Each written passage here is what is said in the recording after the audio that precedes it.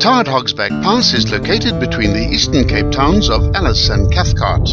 With an altitude variance of 379 meters, the pass summits at 1200 meters, which means it regularly experiences snow during the winter months. Hogsback is a mystical place with dense and tall forests, and the mountain is frequently shrouded in mist. South African-born author J.R. Tolkien is said to have been inspired by these forests when The Lord of the Rings was written. The pass descends through the beautiful Auckland Forest Reserve. Near the summit, the village of Hogsback occupies the flatter portion of the mountaintop.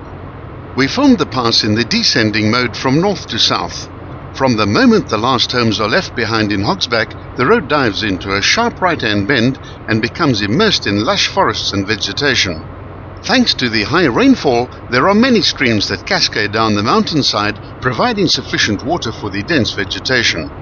The road was in reasonable condition at the time of filming in May 2016, but there were many places where the tar is deforming and there were several fairly deep potholes, so do drive with care. The village itself does not appear to get much support from local government, and the condition of the tar road through the village is extremely poor, with some sections being so badly potholed that it would be better to revert back to gravel. The high rainfall adds to the rapid deterioration of the roads in this area.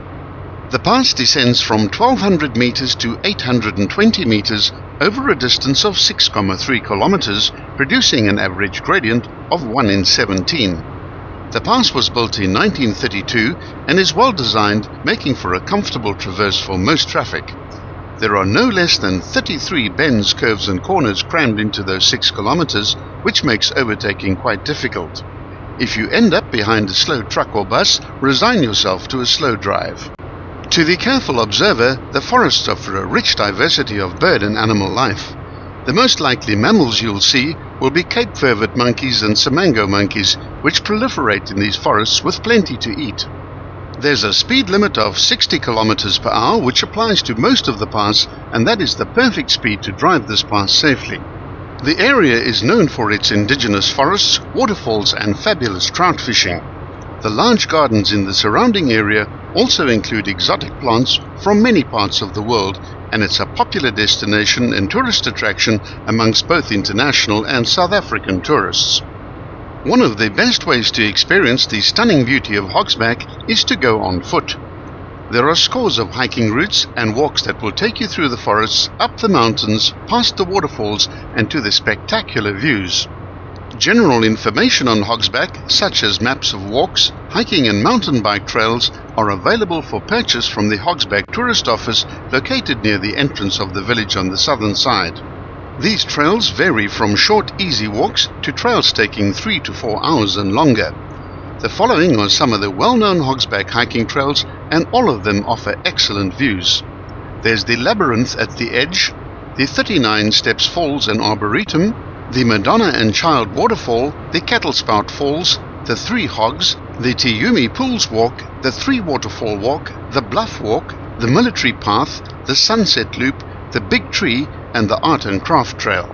A must-visit in Hogsback is the St. Patrick's on the Hill Church, which is a small chapel consisting of 2 combined rondavels, a neat thatched roof, above which rises a single cross.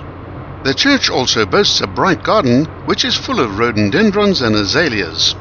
There's a stone arch with a brass bell that stands as a memorial for the Reverend Dr. Bride Dixon, the first woman priest in South Africa and doctor on the mountain for many years. The chapel was built in 1935 and is a regular place of worship, and although it is officially part of the Anglican Church of Grahamstown, the church is open to people of all Christian denominations. The chapel began when Kenneth Houghton, the owner of the property, conceived of the idea in order to give his wife a special place to worship. It was first designed as a single rondavel, and in time, as the local congregation grew, it became necessary to extend it. The second rondavel was added in 1992, and currently the chapel is open 24 hours a day.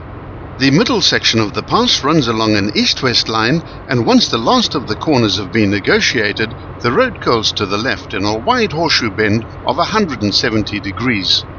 The pass ends where the gradient levels off adjacent to the small village at the 6.3 kilometer point at an altitude of 820 meters.